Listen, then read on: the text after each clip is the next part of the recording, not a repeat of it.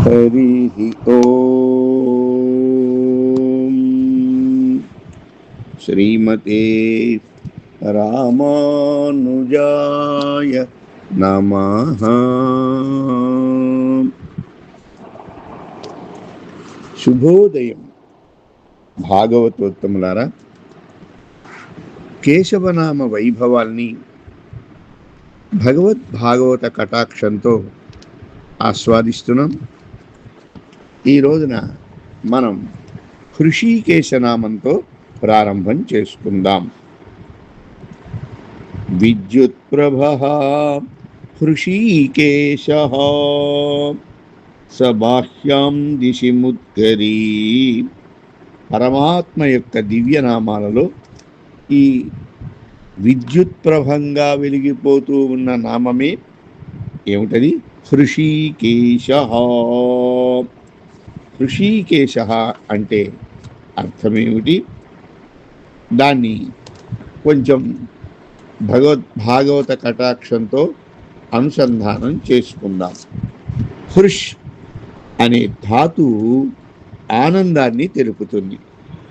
క అనే పదం సుఖం అనే అర్థాన్ని ఇస్తుంది. కాబట్టి కం బ్రహ్మ అని వేదవాక్యాన్ని మనం తెలుసుకోవచ్చు. ఈశ అనే పదము ఐశ్వర్యం కలవాడు అని చెప్తోంది.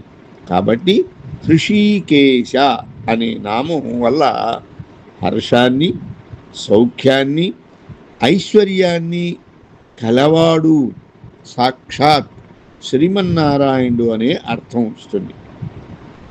హర్షాత్, సౌఖ్యాత్, సుఖైశ్వర్యాత్ హృషీకేశత్వమశ్నుతే. హర్షాన్ని, సౌఖ్యాన్ని, సుఖమైన ఐశ్వర్యాన్ని కలవాడగడం చేతనే ఆయనకు హృషీకేశ అనే చక్కని తిరునామం ఉంది అని పురాణాల్లో చెప్పబడింది. సూర్యాచంద్రమసోః శశ్వత్ అంశుభిః కేశ సంహితై బోధయన్ స్వాపయంశ్చైవ జగదుత్తిష్ఠతే పృథక్. బోధనాత్ స్వాపనాచ్చైవ జగతో హర్షణం భవేత్. అగ్నిశోమకృతైరేవం కర్మభిః పాండునందన. హృషీకేశో అహం ఈశానో వరదో లోకభావనః. కేశాలు అనేటువంటి సూర్య చంద్ర కిరణాల చేతనే నేను లోకంలో ఉన్న వారిని అందరినీ నిద్రలేపుతూ ఉంటాను. అంతేకాదండి, నిద్ర పుచ్చుతూ ఉంటాను. ఈ విధంగా నేను ప్రబోధించడం చేత, ఇంద్రియం నిద్రింపజేయడం చేత లోకానికి హర్షం కలుగుతోంది.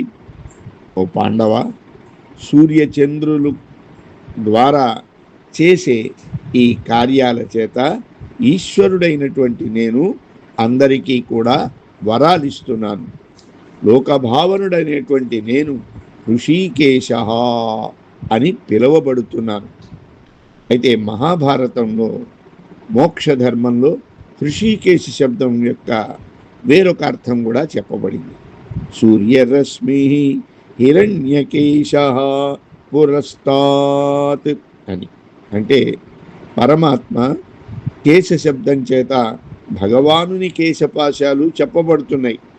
హిరణ్యకేశ అంటే చూచేవారికి ఆనందం కలిగించేట్లు మంచి కేశాలు కలవాడు హృషీకేశుడు అనే నామానికి అర్థాన్ని చెప్తున్నారు. భాగవతోత్తములారా, మరికొన్ని విశేషాలు హృషీకేశం ద్వారా సంప్రదాయార్థాన్ని కూడా తెలుసుకుందాం. మామూలుగా హృషీకం అంటే ఇంద్రియానికి పేరండి. హృషీకాణి ఇంద్రియాణ్యాహుః తేషాం ఈశో యతో భవాన్ హృషీకేశః తతో విష్ణుః ఖ్యాతో దేవేషు కేశవః. అమరకోశంలో కూడా చెప్తున్నారు, హృషీకం విషయీంద్రియం. హృషీకములంటే ఇంద్రియాలు. ఈ ఇంద్రియాలని నియమించేవాడు పరమాత్మ నారాయణ. అందువల్ల కేశవుడు నామము కల నువ్వు దేవతలలో నీకేమని పేరు ఇప్పుడు? హృషీకేశ. హృషీకములకు అధిష్టాన దైవం. మన ఇంద్రియాలు చక్కగా మన అదుపులో ఉండాలి అన్నా ఒక్కసారి ఆ శ్రీమన్నారాయణ్ణి ప్రార్థించుకోవాలి. ఎందుకని?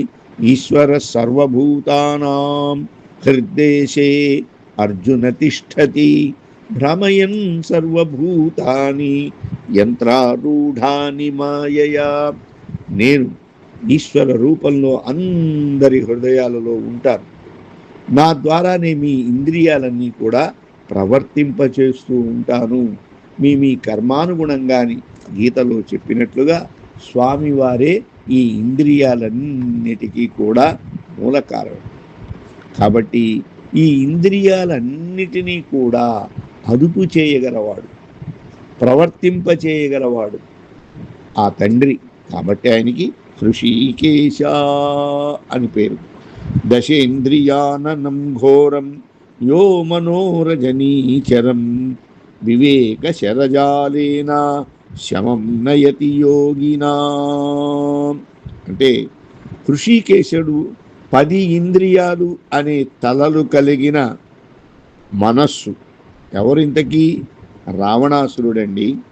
ఈ రావణుడిపై జ్ఞానం అనేటువంటి శ్రీరామ బాణం ప్రయోగించి వధించేవాడు. కాబట్టే భగవంతునికే హృషీకేశ అని ఒక చక్కని తిరునామం. యోగుల 10 ఇంద్రియాలు అనే తలలను కల మనస్సు అనేటువంటి భయంకరుడనే రాక్షసుని తనను గూర్చి జ్ఞానము అనేది బాణ సమూహంతో ఉపశమింపచేసేవాడు. ఇరుడీకేశన్ ఎంబిరాన్ ఇలంగయ్యర కర్పురం అరుడు తీర్థపిరాన్ యమ్మాన్. హృషీకేశుడు మా స్వామి. లంకలో రాక్షస కులంలోని క్రూరుడైన రావణుని సంహరించినటువంటి స్వామి అని నమ్మాళ్వార్లు ఈ అర్థాన్ని తెలియజేశారు. అండకులత్ కధిపతియాగి అసురరిరాక్కదరై ఇండకులத்தை எடுத்த களைந்த ఇరుడీకేశన్ తనక్. అండాల యొక్క సమూహానికి అధిపతి, అసురులు రాక్షసులు అనే సమూహాన్ని అందరినీ కూడా నిర్మూలించినటువంటి ఎవరు? మా స్వామి హృషీకేశుడు అని పల్లాండు పాడారు పెరియాళ్వారు. ఇరుడీకేశన్ అంటే అర్థం విరోధులను నిరసన చేసే గుణము కలవాడు. ఏర్విడై శక్తిలంగన్ ఎన్నిందిట్ట ఇరుడీకేశః. సప్త వృషభాల్ని చంపి అక్కడ అప్పుడు విసర్జేసిన వాడా ఓ హృషీకేశ అని పెరియాళ్వారు అందుకనే స్వామి వారిని కీర్తించారు. స్వామి అందరినీ ఆకర్షిస్తారటండి. తనను దర్శించిన వారి ఇంద్రియాలన్నీ తన అదుపులో పెట్టేసుకుంటాడు. రూపౌదార్య గుణై పుంసాం దృష్టి చిత్తాపహారిణం. తన రూపం చేత, ఔదార్యం చేత, గుణాల చేత అందరి పురుషుల నేత్రాలను, మనస్సును అపహరిస్తూ ఉన్నాడని చెప్పారు కదా. ముడియానే అని తిరువాయిమొഴി దశకంలో నమ్మాళ్వార్లు నెడియానే ఎన్ను కిడైక్కుం ఎన్నెంజమే సర్వాధిక. నా మనస్సును భావించియుండును అని వంజనే ఎన్నుం ఎప్పోదు ఎన్ వాసకమే వంచకవా అని ఎల్లప్పుడూ నా వాక్కు అంటోందని తాయవనే ఎన్ను తడవం ఎన్ కైకలియే తల్లి లాంటివాడా అని నా చేతులను ఉన్నమే కాళక్కాణ విరుంబు మెన్కళే కண்களே. స్వామి నీ రూపాన్ని ప్రత్యక్షంగా దర్శించాలని నా కన్నులు కూడా కోరుతున్నాయి. ఇలా ఒక్కొక్క ఇంద్రియాలన్నీ కూడా పరమాత్మకు వశమైపోతాయి. కులశేఖరాళ్వార్లు జిహ్వే కీర్తయ కేశవం మురరిపుం చేతో భజ శ్రీధరం పాణిత్వంవ సమర్చయ అచ్యుత కదా శ్రోత్రద్వయత్వం శృణు జిగ్రఘ్రాణ ముకుంద పాద తులసి అంటూ ఒక్కొక్క ఇంద్రియాలన్నీ కూడా నాకు ఈ పరమాత్మ పరంగానే ఉండాలి అని కోరుకోవడం చేతనే స్వామికి హృషీకేశ అని స్పష్టమైన నామం తెలియజేశారు.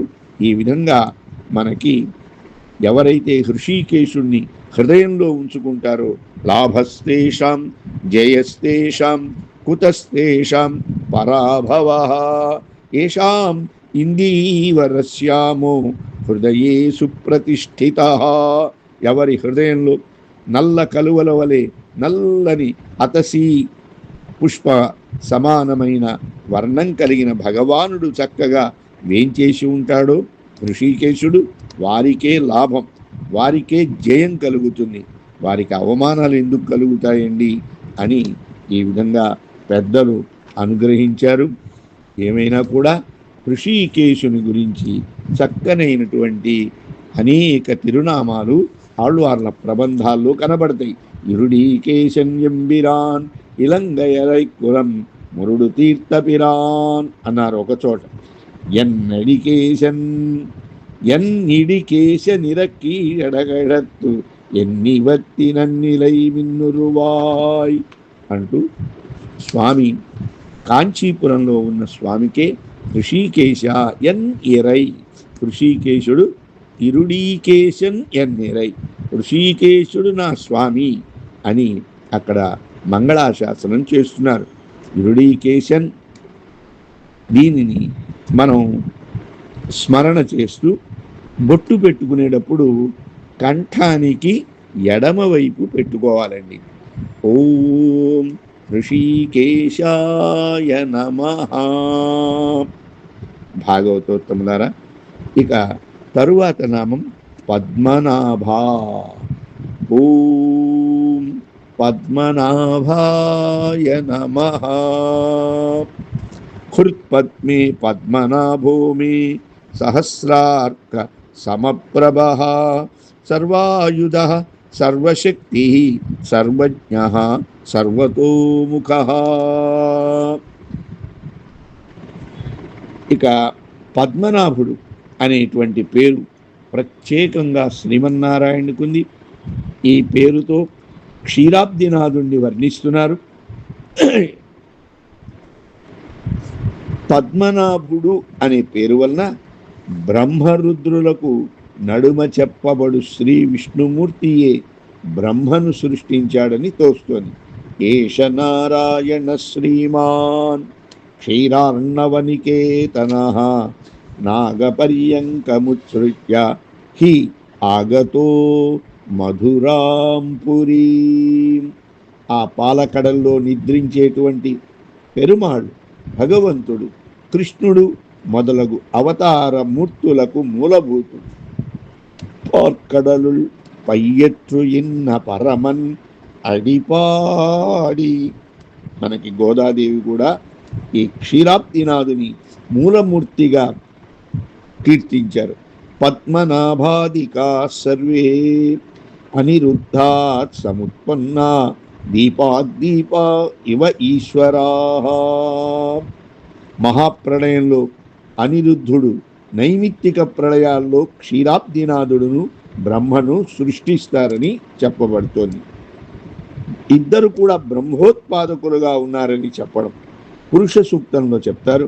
పాదోస్య ఇహ భవాత్ పునః అని పరమాత్మ ఈ సృష్టిని సృష్టించడంలో, సృష్టికి తోడ్పడడంలో బ్రహ్మకు తన నాభి కమలం నుంచి సృష్టించి అనేక వేదాలు ఉపదేశించాడు. పద్మనాభోమర ప్రభు అని విష్ణు సహస్రనామంలో కూడా చెప్పారు. పద్మనాభ ప్రజాపతి. చూశారా, మొదటి అవతారమైన విష్ణు భగవాను ప్రజాపతి పద్మనాభ శబ్దాన్నిగా చెప్పారు. ఇక కొన్ని సందర్భాల్లో నైమిత్తిక సృష్టి ప్రళయ విషయం చైతత్ దృష్టాంతం. ఈ బ్రహ్మ సృష్టి నైమిత్తిక సృష్టి ప్రళయ విషయానికి సంబంధించింది అని భట్టరు వారు కూడా చెప్తూ పద్మనాభము యొక్క విశేషార్థాన్ని అనుగ్రహిస్తున్నారు. పద్మనాభ సర్వజగత్కారణం పద్మం నాభౌ యస్య సహా. జగత్తులన్నిటికీ కారణమైన పద్మం నాభిలో ఎవరికి కలదో అతనికే పద్మనాభుడు అని శంకర భాష్యంలో కూడా ఈ నామాన్ని గురించి వివరించారు. పామరు మూవులగం పడైత పర్పనాభావో.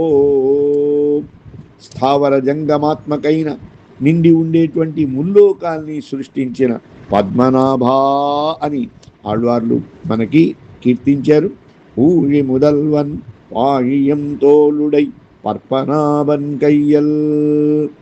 చేతనాచేతనాలకు కారణభూతుడై విశాలమైన సుందరమైన భుజాలు గల పద్మనాభుని తిరుమేను వలె నువ్వు కూడా ఉన్నావని గోదాదేవి అంతర్యామిగా ఉన్న మేగుణ్ణి కూడా వర్ణించారు. పద్మనాభ స్వామి అంటే అది. దాతోత్థాన సంవిశతి పంచవర్ష శతానితు. పద్మ సంభవుడైన బ్రహ్మ తామర పువ్వులో జన్మించి 500 ఏండ్లు ప్రవేశించాడు. తత్తునాభ్యాం పుష్కరం ప్రాదుర్భవతి. సర్వలోకాల్ని ధరించే నారాయణుని నాభిలో తామర పుట్టిందండి. తామర పుష్పాన్ని పుట్టించి అజస్య నాభా మధ్యే కమర్పితం. జన్మలేని స్వామి నాభిలో ఒక తామర పువ్వు పుట్టడమైంది. యన్నాభి పద్మాత్ అభవన్ మహాత్మా ప్రజాపతి విశ్వసృట్ విశ్వరూప. లోకాన్ని రూపంగా కల లోకాన్ని సృష్టించేటువంటి బ్రహ్మ ఎవరి కమలం నుండి ఆవిర్భవించారు? స్వామి నాభి కమలం నుండి కదా. మహోపనిషత్తులో బ్రహ్మ వై బ్రహ్మాణం పుష్కరో అసృజత్. బ్రహ్మము చతుర్ముఖుని తామర పువ్వులో ఆవిర్భవింపజేసిందని అథర్వణ వేదంలోను స ప్రజాపతిరేవ పుష్కర పన్నే సమభవతు. ఆ బ్రహ్మ ఒక్కడే భగవానుని నాభీ కమలంలో ఆవిర్భవించారని పలు వేదవాక్యాల్లో గమనిస్తున్నాం. యత్తత్ పద్మమభూత్పూర్వం తత్ర బ్రహ్మా వ్యజాయత బ్రహ్మణశ్చాపి సంభూతః శివ ఇత్యవధార్యతాం. శివాతి స్కందః సంబభూవ ఏతత్ సృష్టి చతుష్టయం. భగవంతుని నాభి నుండి ఏ తామర పువ్వు పూర్వం పుట్టిందో దానిలోనే బ్రహ్మ పుట్టాడు. ఆ బ్రహ్మ వలన శివుడు పుట్టాడండి. శివుని వల్ల స్కందుడు కుమారస్వామి పుట్టారు. ఇది మొదట ఏర్పడిన 4 విధములైన సృష్టి అని చెప్పారు. మహాభారతంలో కదాచిత్తస్య సుప్తస్య నాభ్యాం కామాత్ అజాయత దివ్యం అష్టదళం భూరి పంకజం పార్థివం మహత్ యస్య హేమమయీ దివ్యా కర్ణికా మేరు రుచ్యతే. భగవానుడు ఒకానొక సమయంలో యోగ నిద్రలో ఉన్నప్పుడు ఆ స్వామి యొక్క సంకల్పం వలన నాభి నుండి అష్టదళ పద్మం పుట్టింది. పృథివీ సంబంధం కలిగింది. అది పెద్దది, అందమైనది. ఆ తామర పువ్వు ఆవిర్భవించినది దాని బంగారుమయమైన అందమైన కర్ణికే మేరు పర్వతము అని చెప్తున్నారు. ఇక నావీళ్ నర్కమలనాన్ కనుక్కొరుగాల్ తమ్మనయ్యానవనే. నాభిలో మొలచిన గొప్ప పద్మాన్ నుండి పుట్టిన బ్రహ్మకు అతడు వేదాలు కోల్పోయి చింతించే కాలంలో తల్లి వలె తిరిగి వాటిని అనుగ్రహించిన వాడా అని పెరియాళ్వార్లు బ్రహ్మాండంగా కీర్తించారు. నాట్ట పడయంతయన్ ముడలా తందా నడిర్మామలరుంది నీట్టై పణ్ణి విళయాடும் విమలన్ తన్నై కండీరే. లోకాల్ని సృష్టించి బ్రహ్మ మొదలైన ప్రజాపతుల్ని సృష్టించిన చల్లని పెద్ద తామర పువ్వు కల నాభి అని ఇంటిని సృజించి క్రీడించు పరమపావనుడైనటువంటి వాడిని చూచారా ఇక్కడెక్కడైనా అని నాచ్యార్ తిరుమడిలో గోదమ్మ తల్లి చక్కగా పాటలు పాడారు.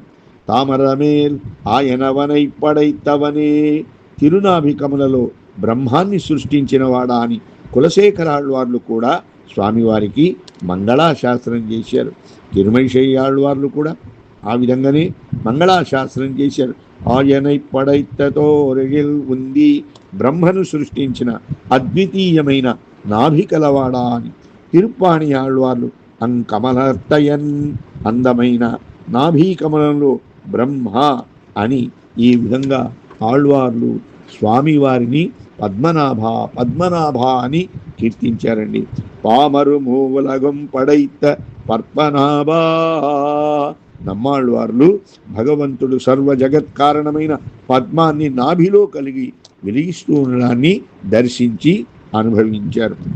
భాగవతోత్తములారా, మనకు పద్మనాభన్మయర్వరు ఎరం పెరున్నిలో లోకమంతా వ్యక్తం కావడానికి ఆయన నాభీ కమలాన్ని తన సృష్టించినవాడు. ఇంతకంటే వేరైన గొప్పది ఎక్కడ ఉంటుందండి?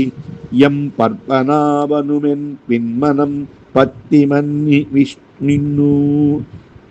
ఈ విధంగా స్వామివారి యొక్క దివ్యనామాన్ని 12 నామంలో కూడా కీర్తన చేశారు మన తిరువాయిమొഴി మహాప్రబంధాల్లో.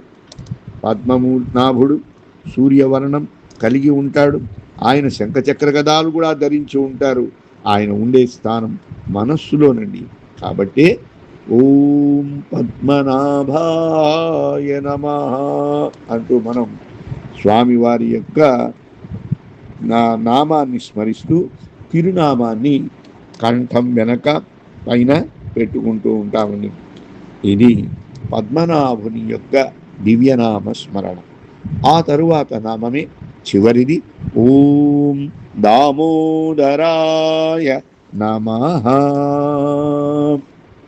భాగవతోత్తములారా, దామోదరా అని పిలవగానే చక్కనైనటువంటి కృష్ణావతారం మనకి వెలుగుతూ ఉంటుంది. పద్మనాభుడు ఎంత గొప్ప నామమో, దామోదర అని ఈ నామం కష్టపడి సంపాదించుకున్నారు సార్.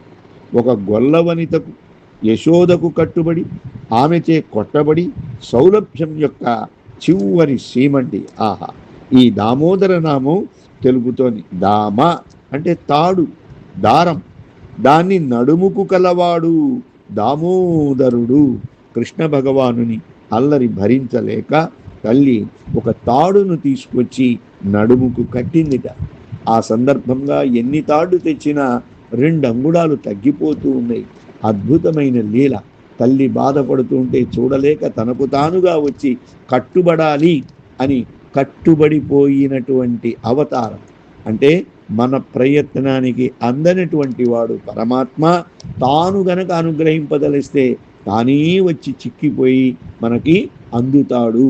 అది నారాయణుని యొక్క గొప్పతనం. తయోర్మధ్యగతం బద్ధం దామ్నాగాఢం తయోదరే తతశ్చ దామోదరతాం సయయౌ దామబంధనాత్. ఆ యశోద నడుమును దారంతో కట్టబడిన వాడై ఆ వృక్షాల నడుమ వెళ్ళాడు. దారం చేత కట్టబడడం చేత స్వామికి దామోదరా అనే స్వభావం పేరు వచ్చింది. ఈ విషయం తెలిసినటువంటి మన నమ్మాళ్వార్లు ఎత్తిరం ఉరలినోడుం ఇణైందిరిందు ఎంగియలినే. అబ్బా, ఏమి సౌలభ్యమండి మా స్వామిది! ఎక్కడ పరతత్వం, ఎక్కడ అండకోటి బ్రహ్మాండాల నాయకుడు! ఈ యాదవ కులంలో ఈ అమ్మాయి యశోద చేత కష్టపడ్డాడే అనే వార్త విని 6 నెలలు మోహపడిపోయారట ఈ పాశురం దగ్గర. ఏవం లక్ష్మ్యా అపి స్పృహణీయ చాతుర్యోపి సన్. ఎంతో అందమైనటువంటి వాడు, ఎన్నో మహిమలు కలిగిన వాడు, సృష్టిని చేసినటువంటి వాడు యశోదాదామని గలిత జల సంశ్రిత వాత్సల్యాత్మభూవా. ఆ వాత్సల్యం చేత యశోద అమ్మవారికి పట్టుబడి ఆమె చేత కట్టబడ్డాడు అని చెప్పడం ఎంత ఆనందాన్ని కలిగిస్తోందో, స్వామి ఎంత సులభుడో తెలుస్తోంది. దామాని లోకనామాని ధారతి యశోదరాంతరే తేన దామోదరో దేవః శ్రీధరస్తు సమాశ్రితః. దామశబ్దం చేత చెప్పబడే వేదాల్లో ఉన్న నామరూపాలన్నీ ప్రళయకాలంలో అతని నడుములో ఉన్నాయి. కాబట్టి ఆ శ్రీధరుడు దామోదరుడవుతున్నాడు అని పురాణాల్లో చెప్పబడిన అర్థాన్ని కూడా మనం అనుసంధానం చేసుకోవచ్చు. దామోదరనై తని ముదల్వనై జ్ఞాలముండవనై అని నమ్మాడు వాళ్ళు ఈ అర్థాన్ని చెప్పారు. దమాది సాధనేన ఉదారా ఉత్కృష్టామతిర్యాతయా గమ్యత ఇది దామోదర. దమము సాధన గొప్పదై వెలిగే బుద్ధి దామోదరా అని అనబడుతుంది. ఆ బుద్ధి చేతనే తెలియబడుతూ ఉంటాడు అని శంకరుల వారు కూడా అర్థాన్ని చెప్పారు. దమాతు దామోదరం విదుహు, దామోదరుణ్ణి దమంతోనే తెలుసుకుంటారు అని భగవద్వచనం. ఈ అర్థానికి ప్రమాణం దేవానాం సుఖశంసిత్వాత్ దామాతే దామోదరం విదుహు, దేవతలకు సుఖమైన వాణ్ణి ఉపదేశించడం చేత, దారమునే కట్టబడడం చేత తను దామోదరుడు అని స్వామివారు తెలుసుకుంటున్నారట. ఈ అర్థాన్ని భట్టరు వారు మనకు అనుగ్రహిస్తున్నారు. ఈ విధంగా 12 నామాల అర్థాన్ని వివరింపబడిన విశేషాన్ని అద్భుతమైనటువంటిదండి. మన భారతీయ వాంగ్మయంలో భగవానుణ్ణి అష్టోత్తర శతనామాలతో సహస్రనామాలతో కీర్తిస్తూ ఉంటారు, అర్చన చేస్తూ ఉంటారు దేవాలయాల్లో. ఆరంభం చేసేటప్పుడు ముందుగా ఈ కేశవనామాలే చదువుతూ ఉంటారు. గమనించండి. ఓం కేశవాయ నమః, ఓం నారాయణాయ నమః, ఓం మాధవాయ నమః, ఓం గోవిందాయ నమః, ఓం విష్ణవే నమః, ఓం మధుసూదనాయ నమః, ఓం త్రివిక్రమాయ నమః, ఓం వామనాయ నమః, ఓం శ్రీధరాయ నమః, ఓం హృషీకేశాయ నమః, ఓం పద్మనాభాయ నమః, ఓం దామోదరాయ నమః, ఓం హరయే నమః, ఓం శ్రీకృష్ణాయ నమః. ఇలా ఆరంభంలో అర్చనలోను, అర్చన పూర్తయిన తర్వాత కూడా మళ్ళీ కేశవనామాలే చదువుతూ ఉంటారు. సంధ్యావందనాది కార్యక్రమాల్లో ఎన్నో పర్యాయాలు ఈ కేశవనామాలు వస్తూ ఉంటాయి. కాబట్టి కేశవాది ఈ దామోదర పర్యంత నామాలు అతి సులభంగా గృహస్థులైనటువంటి వారు ప్రాతకాలంలో ఎన్ని ఇబ్బందులు ఉన్నా, ఎన్ని ఆటంకాలు వచ్చినా, తిరువారాధన ప్రత్యేకంగా చేస్తున్నాము చేయలేదు, ఎన్ని విఘ్నాలో తెలియదు, ఒక్కసారి చక్కగా అర్ధనిమీలిత నేత్రులై పద్మాసనంలో కూర్చుని ఈ ద్వాదశనామాలు అయినా మనం పఠించాలండి. ద్వాదశనామాలు గనక చేస్తే పరమాత్మ యొక్క సకల తత్వాలు, దానిలో భగవన్నామం. కలిలో కావలసింది ఏమిటంటే కలౌ కేశవ కీర్తనం. ఈ కేశవాది ద్వాదశనామాలైనా మనం పఠించాలి. యజ్ఞయాగాదులు చేయలేం, జపాలు తపాలు దానాలు చేసే శక్తి లేదు, సమయం లేదు, రోగాలు, ఇబ్బందులు, అనేక బాధలు. ఈ సందర్భంగా కనీసం కేశవనామాలతో అయినా పువ్వులు పరమాత్మ పాదాల్లో పెట్టుకుందాం, కేశవుణ్ణి స్మరించుదాం. కలౌ హరినామ సంకీర్తనం. కలౌ నాస్త్యేవ నాస్త్యేవ నాస్త్యేవ గతిరన్యథా అని తప్పకుండా ఈ కేశవనామాన్ని మనం తెలుసుకుందాం. తిరువాయిమొழிలో కూడా ఈ 12 నామాలతో 12 పాశురాలు నమ్మాళ్ళ వారు అనుగ్రహించారండి. దామోదరనై తని முதல்வனை ஞாலமுண்டவனை ஆமோதரமறிய ஒருவர்க்கென்னே தொழுமவர்கள் தாமோதரனுருவாகிய சிவர்க்கும் திசை முகர்க்கும் ஆமோதரமறிய అమ్మాனை ఎన్నాళి వన్ననయ్యే. దామోదర అనే పేరు కలిగి సాటిలేని జగత్కారణుడు ప్రళయకాలంలో లోకాల్ని తన ఉదరంలో పెట్టుకుని రక్షించిన ఆ శ్రీమన్నారాయణుడు అలవేలు మంగా సమేత వెంకటేశ్వర స్వామి వారిని తెలుసుకోవడానికి ఎంత సాధ్యం కానటువంటి దానిని మనకి తెలుసుకొని మన యందు దయతో ఈ 12 నామాల్ని పెద్దలు మనకి అనుగ్రహించారు. దీన్ని స్మరణ చేసి మనం స్వామి యొక్క కృపా కటాక్షాన్ని పొందుదాం. ఈ 12 పాశురాలు 12 నామాలు శ్రీపాద సన్నిధికి మన్ని చేరుస్తాయి. అందుకని ఎన్ మాధవన్, ఎన్ గోవిందన్, ఎన్ వామనన్, ఎన్ శ్రీధరన్, ఎన్ ఇరుడీకేశన్ நான் தோற்றத்துறை மாதவா நாராயணன் என்னே అని శ్రీమన్నారాయణన్ ఎనక్కు స్వామి ఎందై కృష్ణావతారముం తమకెన్నిరుక్కాల్ అని వామనవేషத்தை காட்டி என் நெங்கி திருத்தி தந்தாய் అని అందరూ అనుసంధానం చేసుకుంటూ ఉంటారు. భాగవతోత్తములారా, ఈ వామన నామంతో మనం ఊర్ధ్వపుండ్రాన్ని వీపు వెనక మనం ధరిస్తూ ఉంటాము. ఓం వామనాయ నమః. ఈ స్వామిని వామన రూపంలో స్మరించిన దామోదరాయ నమః అంటూ వామనుడుగా ఉన్న స్వామి దామోదరుడుగా పిలిచి మనం స్మరించుకుందాం. మన వీపు వెనక దామోదర నామంతో తిరుమణి పెట్టుకొని మనం మన ఒంటి నిండా 12 నామాలు కలిగిన దీన్ని తమిళం దేశంలో మనం ఊర్ధ్వపుండాలంటే 12 తిరుమణ్ అంటూ ఉంటారు. ఈ 12 తిరుమణులు మన దేహంలో పెరుమాళ్ళు ఉన్నారు అనే భావనను తెలియజేయడం కోసం 12 స్థానాల్లో కూడా మనం పెట్టుకుంటున్నాం.